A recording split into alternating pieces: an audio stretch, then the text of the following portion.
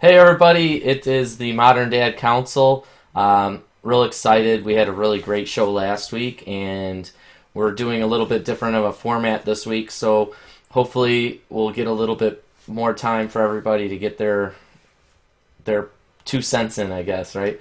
But today we're talking about consistency, and that's one of the things we're trying to create in the show is a little bit more consistency, so you know what to expect with each show. But when we're talking about consistency, how does that relate to parenting? So I guess when we starting off on this, I'd like to kind of get Jay's perspective from a coaching standpoint. Um, when you're trying to, as a coach, Jay, and you're trying to get create consistency within your family, what are some good techniques or things to do um, from that coaching perspective? I think the first thing for any of us to think about is what is it we do? So we kind of peer into what's true, and then from that we can see, well, how consistent are the things that we're doing? Ah, hold on. Sorry. Speaking of inconsistency, We need to be consistent in turning our phones off. it's ringing through my computer. I couldn't stop it, and that's David. Trying to get Ah. on? Yeah. Yeah. So, Sorry, Jay. Go ahead. so to me, a starting point from a coaching standpoint is always to look at what is and have an idea of what you want it to be, because most of the work happens in the movement of where you are to where you want to be. And but sometimes people can't see that they're inconsistent until they start to notice some of the things about their behavior and their parenting, that either they're different kid to kid, or they let the pace of the world determine how they respond to whatever happens. So they're not consistent in living to family rules or family values, or someday they're hot, someday they're cold.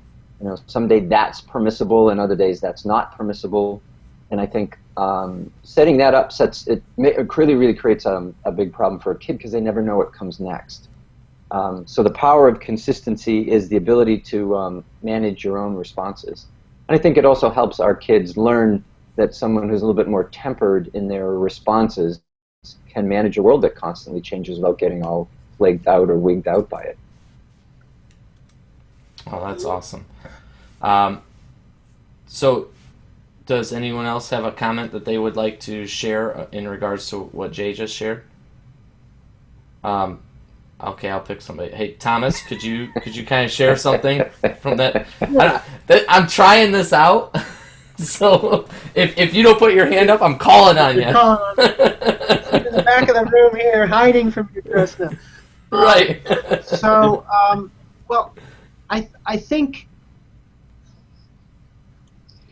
consistency is a both and. It's really important to be consistent in your mood, as consistent as you can be in your mood and in your reactions and the way you handle things, because you do not want to give your kids mixed messages.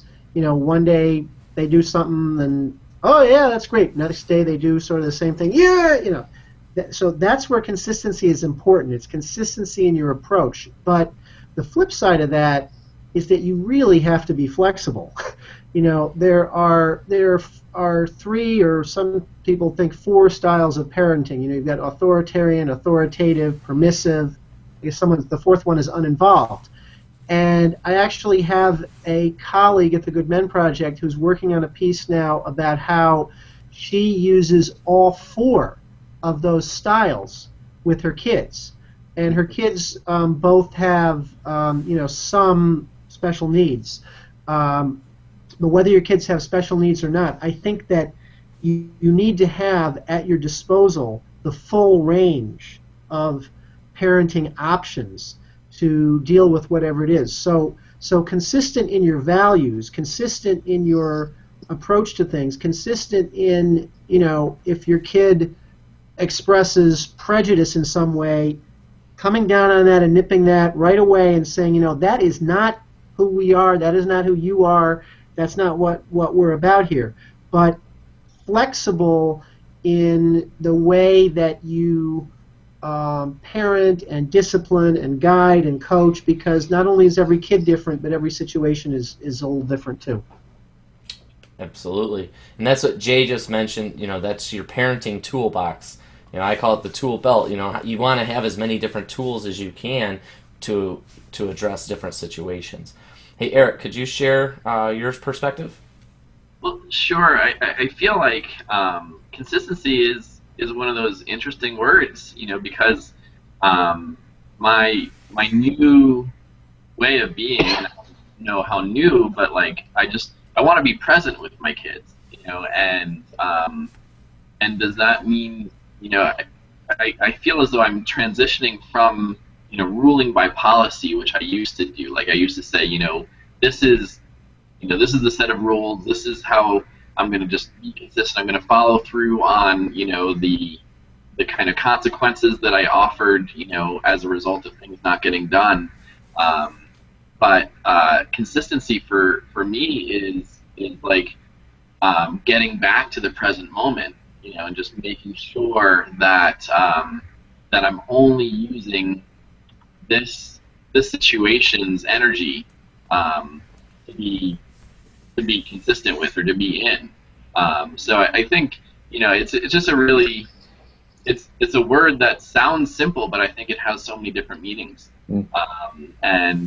So I mean, I want to be consistently present, so rather than consistent with policy, I want to meet every situation fully in that moment and ask for whatever that situation requires out of me, rather than saying, oh well, is this consistent with the policy that I laid out yesterday? It's brand new. Every new set of stimulus and response and all these different things. There's so much nuance to parenting. That word consistency is a really challenging one. Like, I'm glad that we're wrestling with it today. But I think if you think about the word itself, and instead of thinking of consistency as rigidity or as sameness, think about consistency in the way we use it with food. It means the texture of something. It means the way something feels or tastes in your mouth.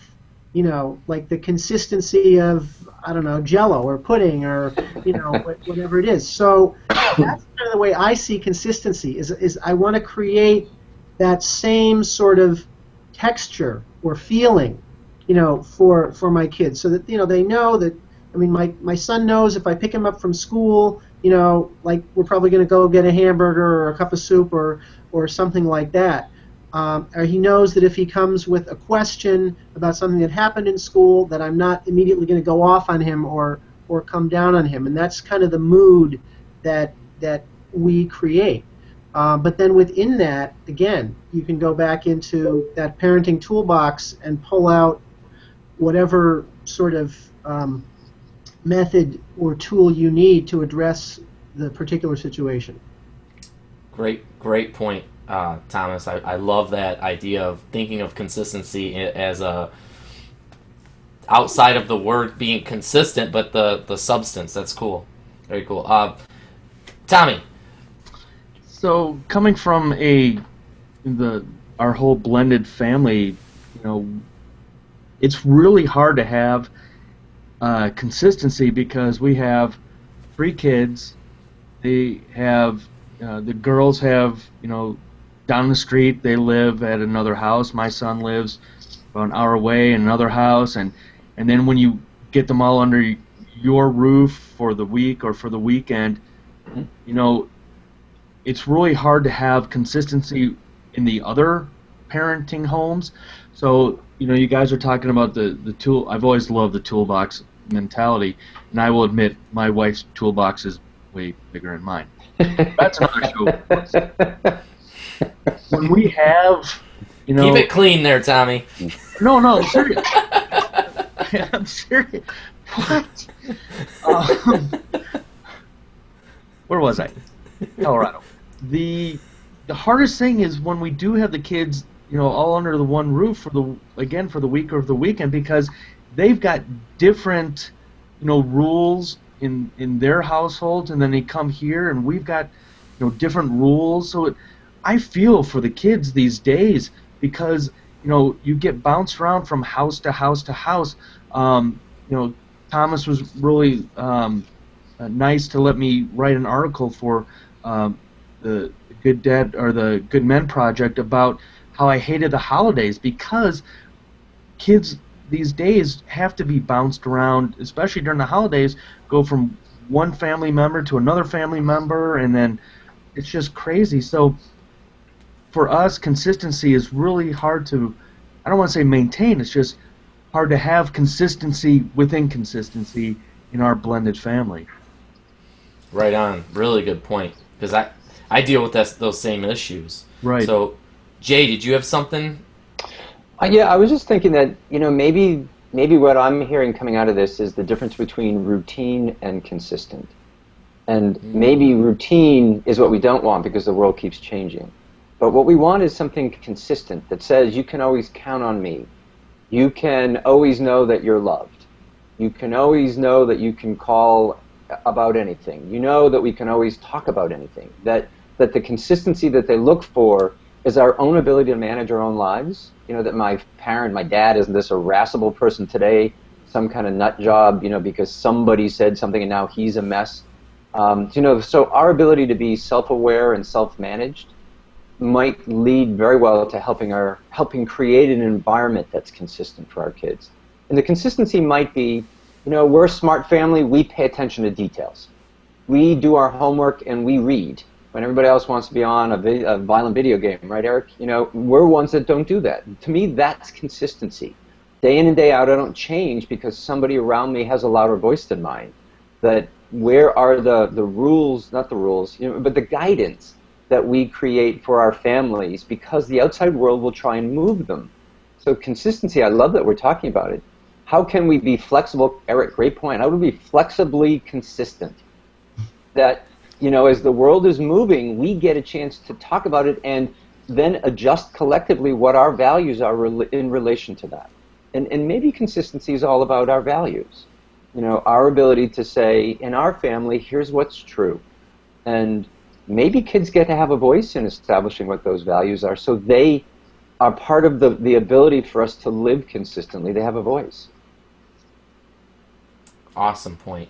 And I love that idea of not having to be consistency, not necessarily being this firm stick of that. We gotta stay like this. It flows with the day. It flows with the situation, right? Let me add one more thing. I'm sorry. In fact, we're thinking about that over Christmas, Tommy, when you're talking about, you get one family celebrates this way and somebody else celebrates that way. We have the same thing. And then you bring a different religion into it, too. And now you've got, in our house, we have, a big Catholic family and a Jewish family. So now what do we do? So it just says, what do you want your things to be? What are your traditions? And maybe traditions are another way of saying consistency as well. We don't have to be routine about it, that we always do this unless we choose it.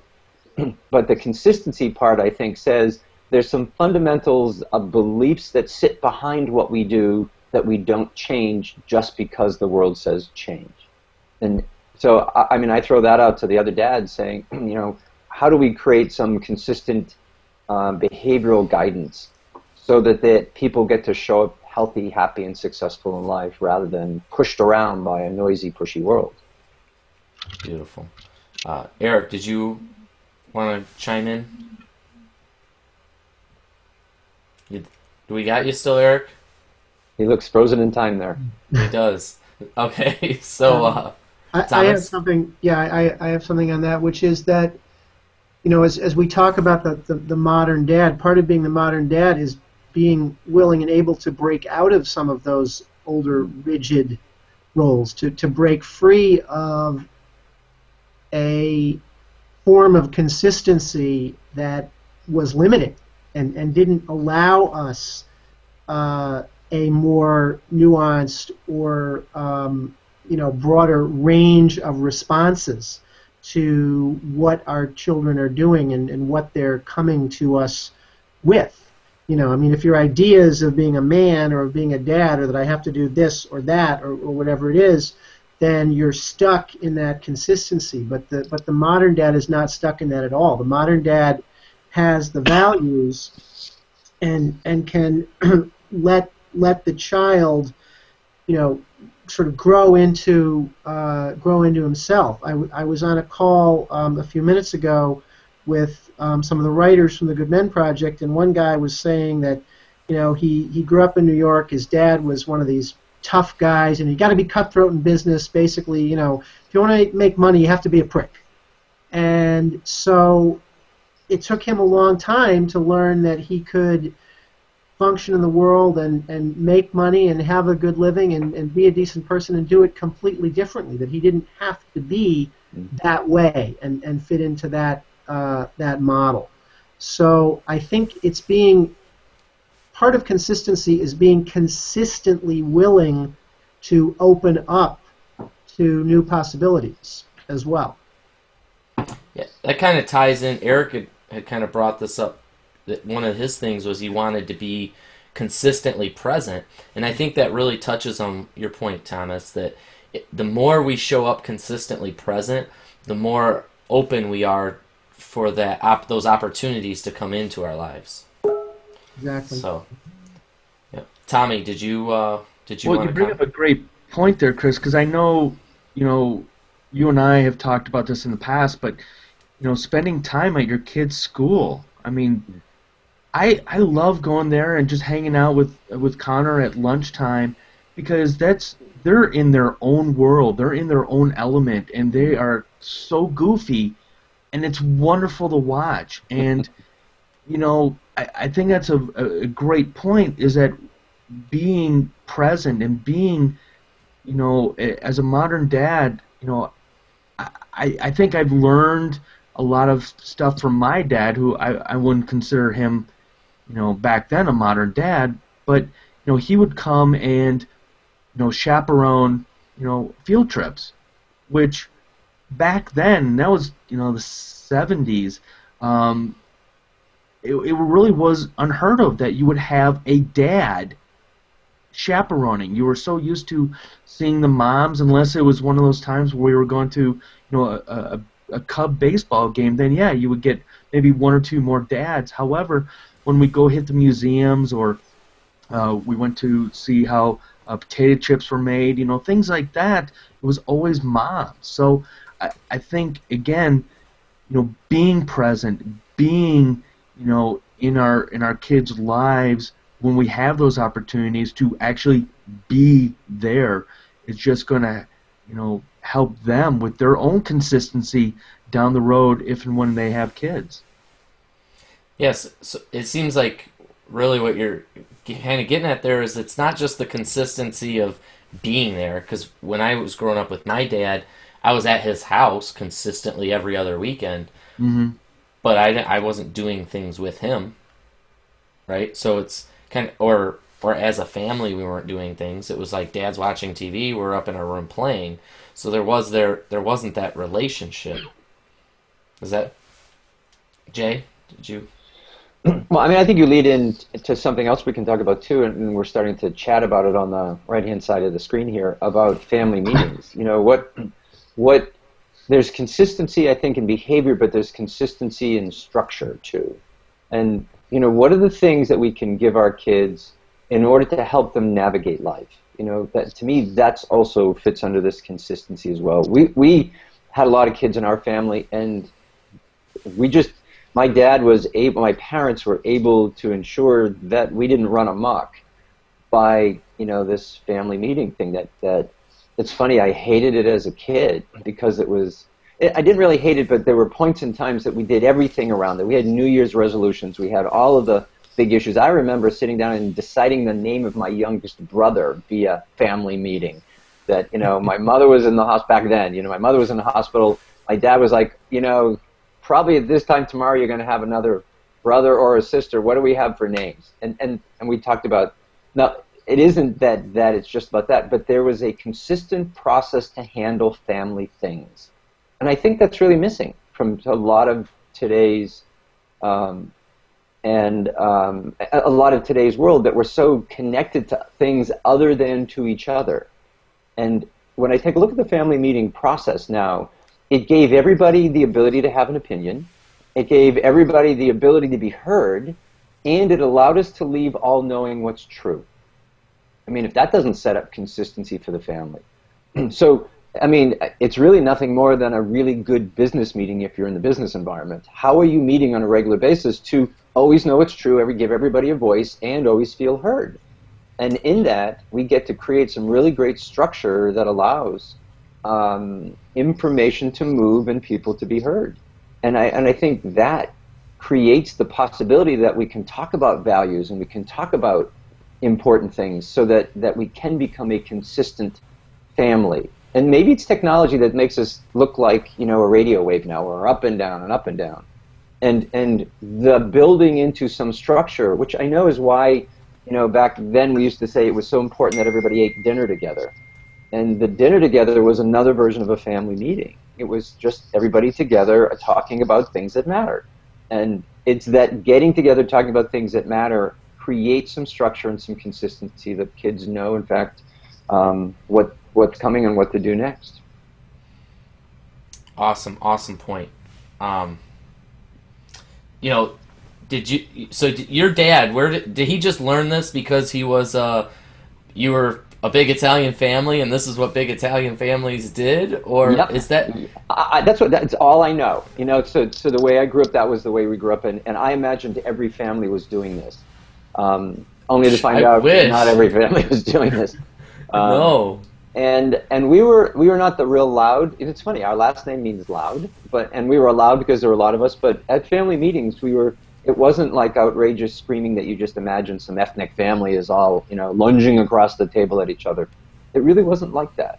And I think the people who guide the meeting, the parents in it, can create this really sane approach to it. And what I remember most from it was a great opportunity to do those three things: get heard, express an opinion, and find out what's true. And I know a lot of families that would truly benefit from that, so they could then be consistent in the way that they live and the choices that they make. That's kind of one of the things that is lost in our society today. We're this melting pot, right? And you had all of these cultures come into the States, but it's been, you know, the amount you used to have, you know, millions of people migrating here or moving here, not necessarily migrating, but moving here, right? During World War I, World War II, those, and so you had those traditions, you know, firmly embedded into those people when they moved here, and they kept those traditions, but over time they've kind of dwindled down and dwindled away, and so it's almost like we're trying to find those new, you know, reinvent some new traditions. And I think that really speaks to the word consistency, is that these traditions, these values, these things that we're trying to implement into our families and that have seemed to have been lost from a time long ago, from these You quoting from a movie here. I'm really not. I just pulled that out. You know, I think one thing that connects, if you will, this discussion about consistency and the values and all that, is that they involve connection. They involve the way that we connect with our kids, the way that we connect with each other as a family. And so as modern technology has sort of taken over our world, you know, and we're not all in the same place at the same time, or we have fragmented families or blended families or whatever it is, how can we take advantage of that technology to connect? You know, I mean, we Skype or whatever with kids who are in college or in different places. You know, you've got sometimes your kids are in a former partner's house or whatever. So how do you make that communication work? You text, you do things. So it's, but I think it all comes back to how do we stay connected as a family? How do I, as the father, and not to say that the mother isn't also the leader in an equal way, but there's a kind of a leadership role that a dad feels in a family that I think is different from the leadership role that a mom feels. And so how do I keep my hand on my kids? How do I keep molding them and shaping them and guiding them and leading them to where I want to go when I don't see them every day? You know, so how do I keep that consistency of my influence in their lives when I may only have them part of the time, or I may have to communicate with them not face to face, but through a technological interface. Absolutely. Tommy, do you want to chime in on this? Because Well, yeah, to Thomas's point, a couple of things. Number one, I've started again to, and this is kind of funny, I'm not consistent enough, but I've started to do this more and more with my son, and that is, to start texting him more and more in the morning. Just like you were saying, Thomas, as you know, as a divorced dad, you don't have the kids every day, you don't have them inconsistent, but you want to be present in that way. So what I've done is I've started texting him in the morning. Now, does he respond back, after school? Hey, Dad, thanks. No, but that's okay, because it's still my little Jedi mind trick to just let him know that I'm thinking of him, Dad loves him, and so it's just a fun way to kind of use technology in your advantage, because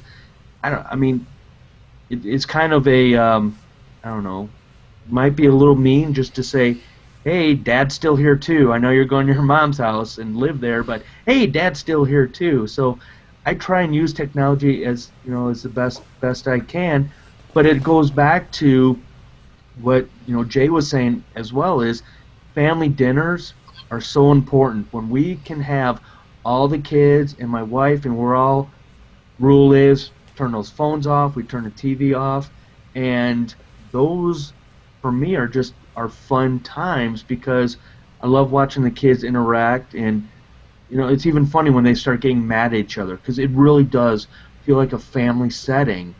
And so for me, it's both utilizing technology, but it's also utilizing the so-called family meetings when they don't realize we're actually having a family meeting.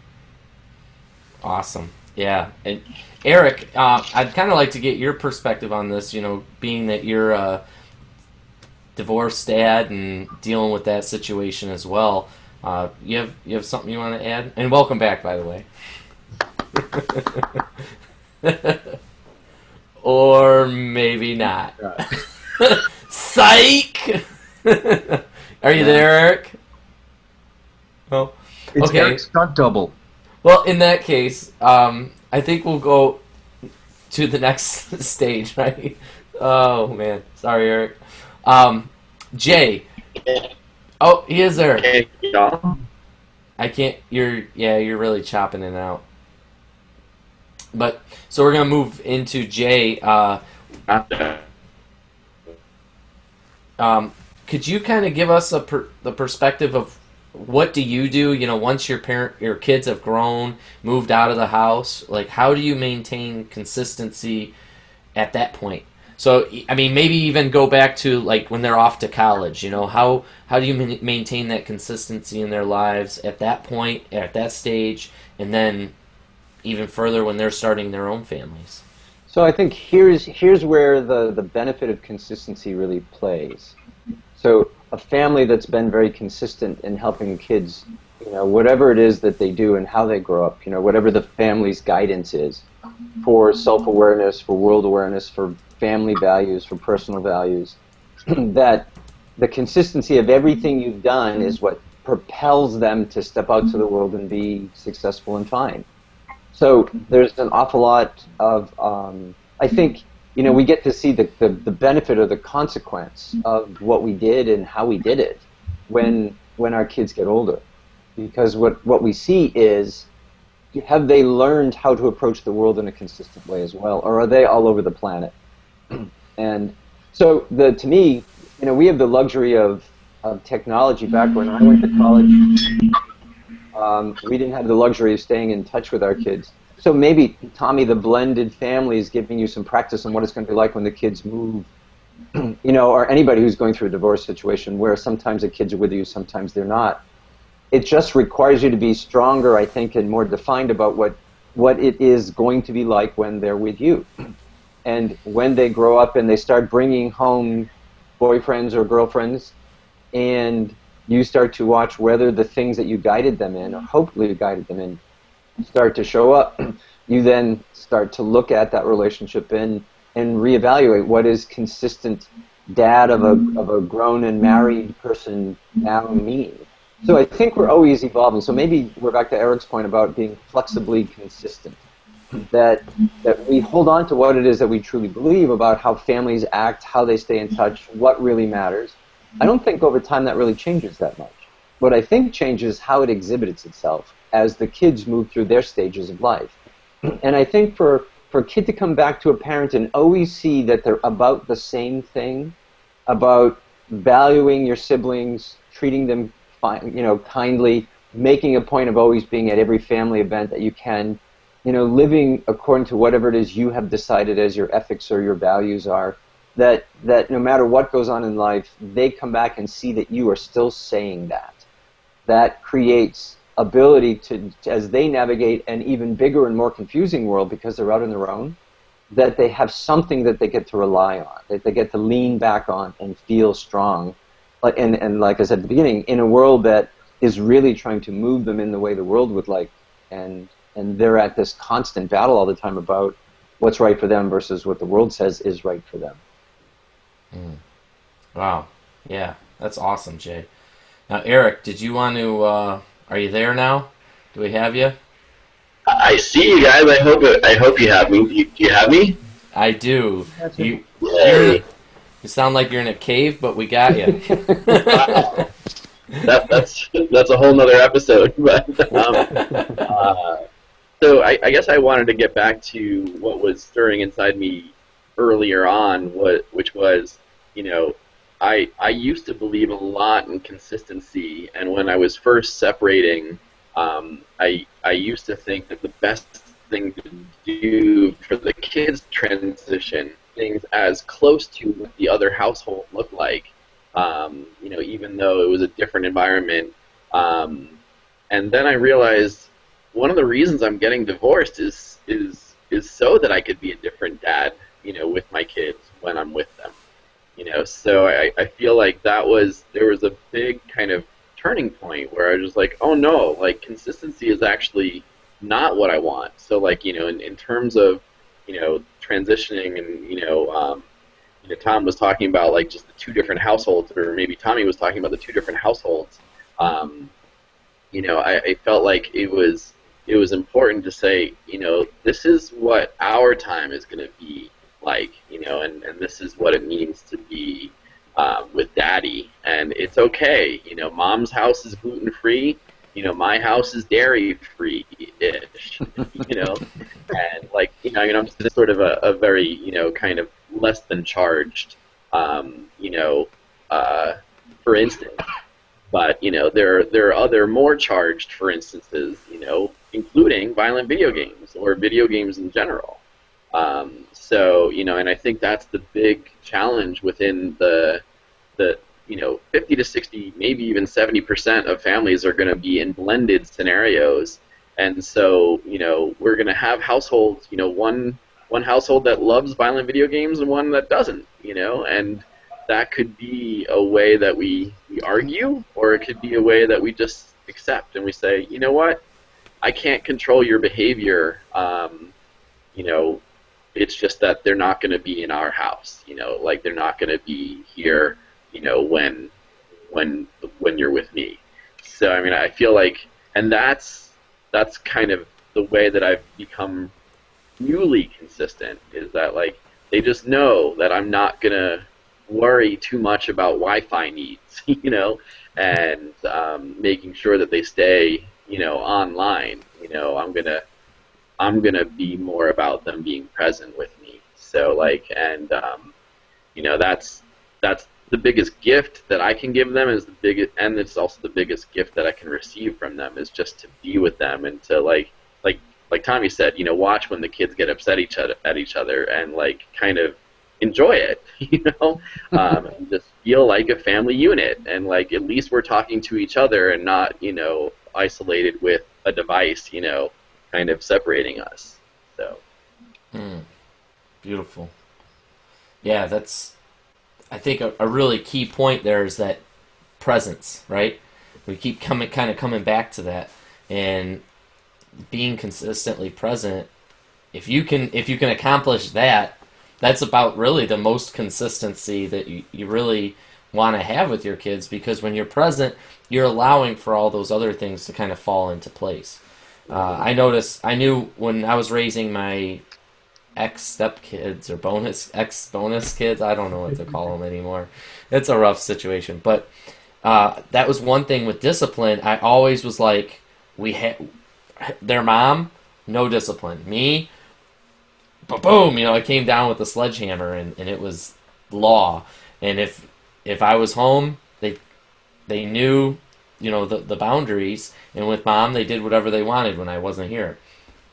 And I look back and I was like, man, why did I have to be so consistent in the way that I reacted? And I kick myself now. I'm able to forgive myself and move forward. But I really wish I would have been more aware of the ability to be present in those moments, because in that being present, it gave me the opportunity to choose how I would handle each situation in a calm and consistent manner, as opposed to one time I'm totally pissed off and the next time, whatever, I'm not irritated right now, so I'm not going to explode at you.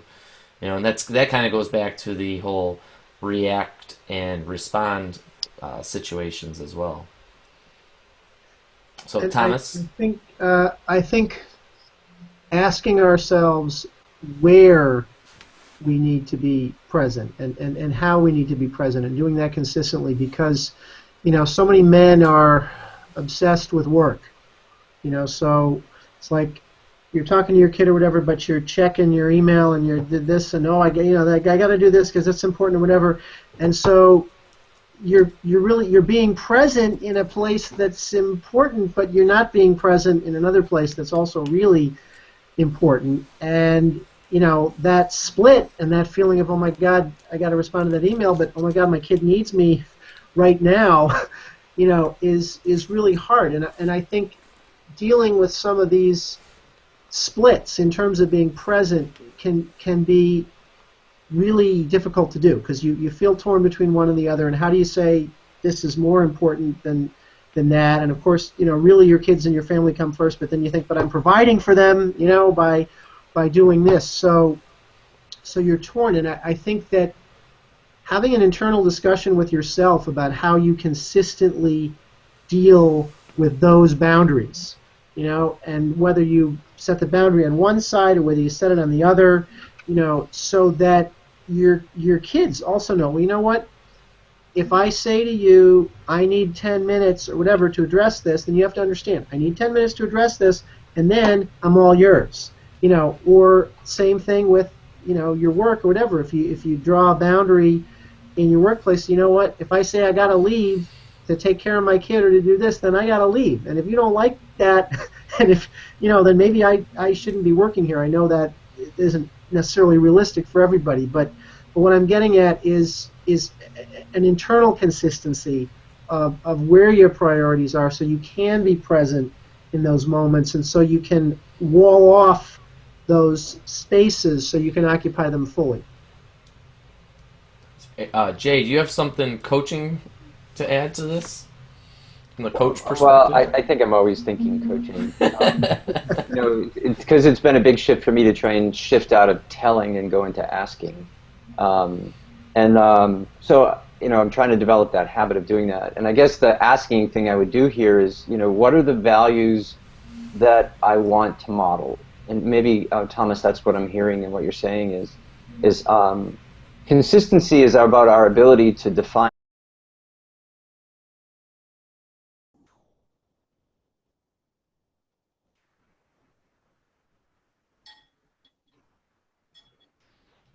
Is everybody there? I'm here. The server. It said the server kicked everybody off, but we seem to be back on, and we're still broadcasting. We're here. Yes. Jay We is lost Jay. on. Well, Eric, is he back? Sorry, Jay. There we go. Was that me or you? The whole everybody system. left. It seemed like the whole system shut down. So we're back. That was cool. Yeah, I don't know what it was. You left first, and then everybody followed. I'm like, okay, bad idea, I guess. Don't It like told my me the ideas. server shut down. So yeah, like we're Yeah. being censored. It's the government. Yeah, don't we're want us- super nerd. We You don't guys- want Either us that or sharing. people are watching. A ton of people are watching our show, and they They crash crashed the server. There you go. Whoa, That's what it positive. was. Yeah. 10 million viewers? What? Yeah. Who would have thought the word consistent would have done that? Yeah. All right, Jay. Did you know where you're at? Well, I was making it up as I went anyway, so that's just showing up to the moment, trying to, right, Eric? Sure. To me, the modeling the behavior is what we were talking about. That a clear sense of what your values are allow you to then determine, no matter what happens, what it is that is expected. So, I mean, over and over again, I think that's been our theme. That the consistency that we're looking for is how do you step into your consistency from the inside out? That it's not so much about the rules, but the rules come from your ability to believe something specific and live that. And if we could pass a message on to our kids most, it's that what is it that you do live? What are your values, your virtues, your whatever you want to call that core that allows you to show up big to your life, that then creates the consistent approach that you have. And that you show up as that person without regard to the situation.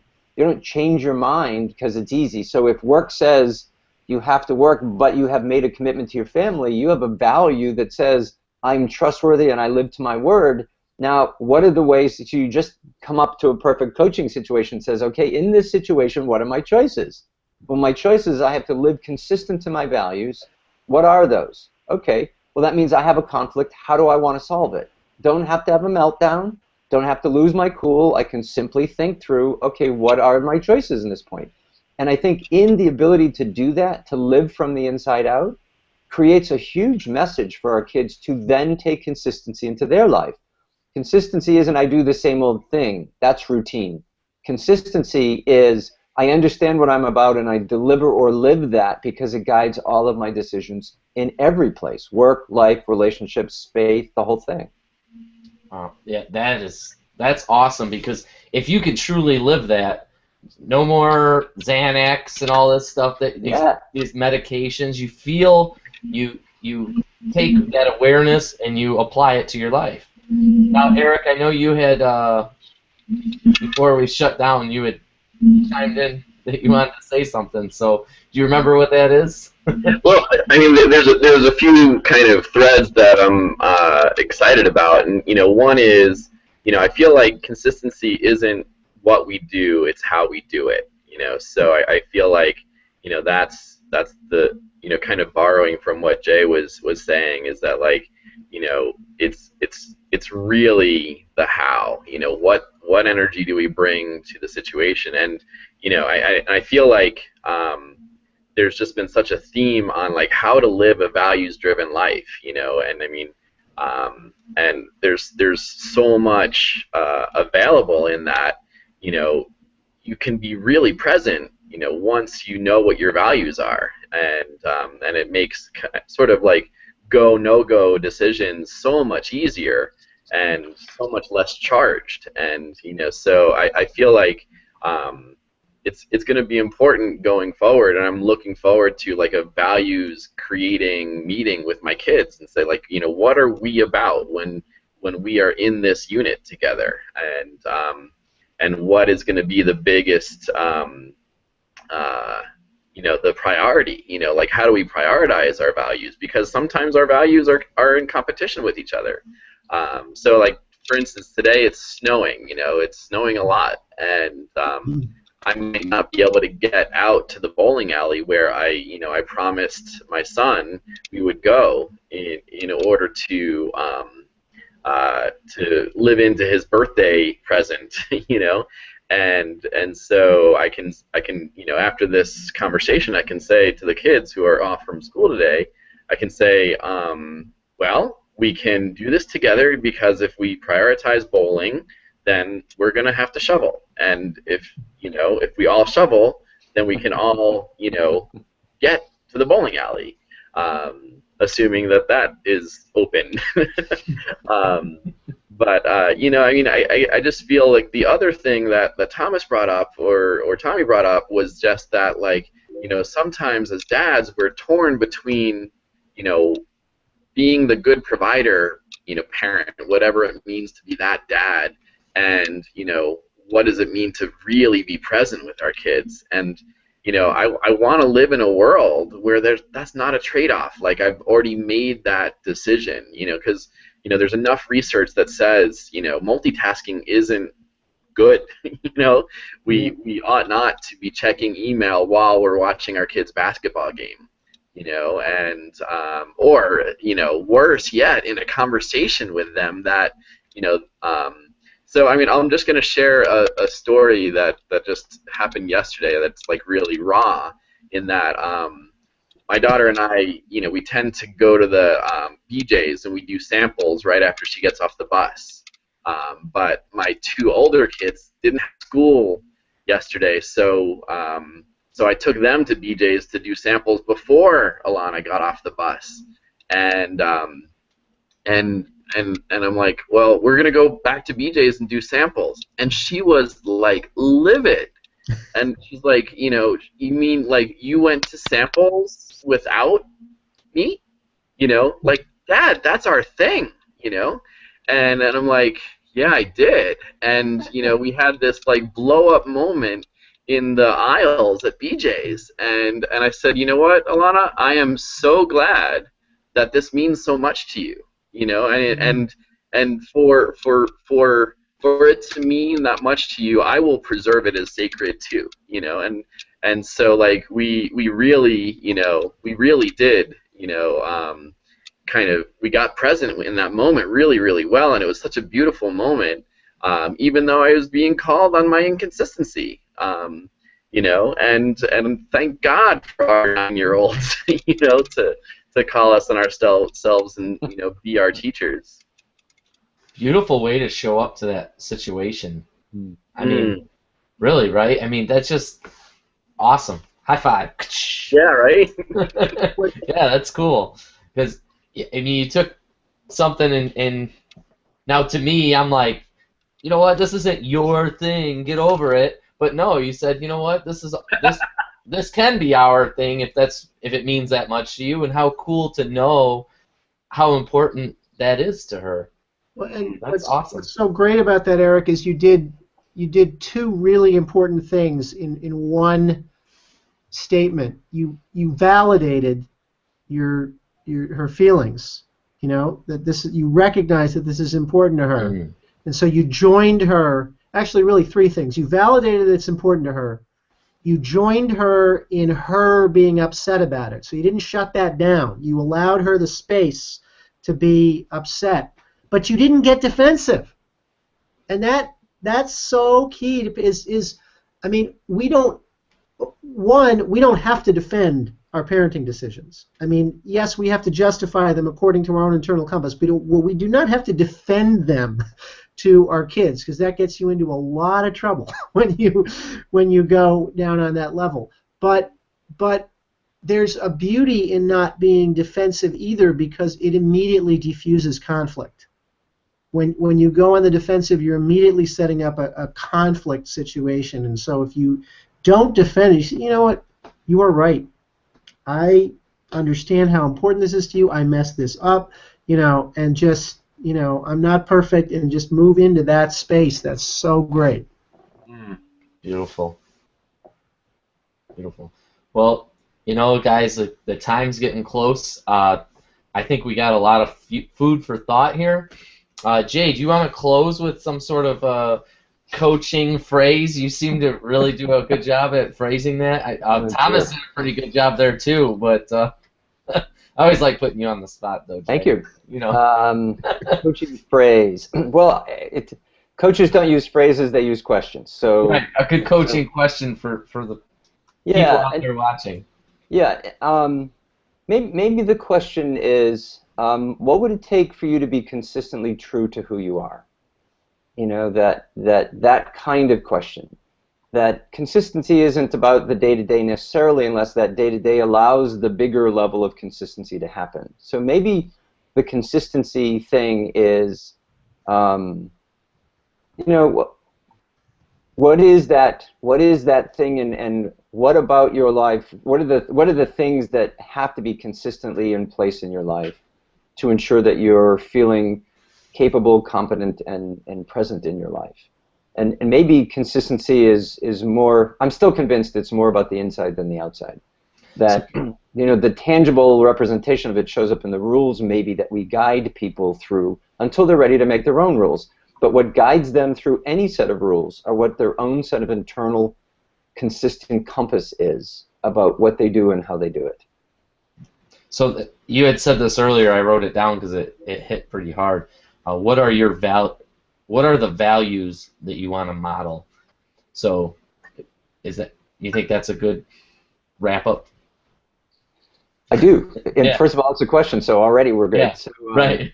And yes, but I think it's, again, maybe the message that I hear most in this whole thing is that consistency, to be meaningful, comes from the inside out, and your values come from the inside. So what are you modeling? That's how you show the outside what the inside is thinking and believing. So I like that, Chris. I'll go with that.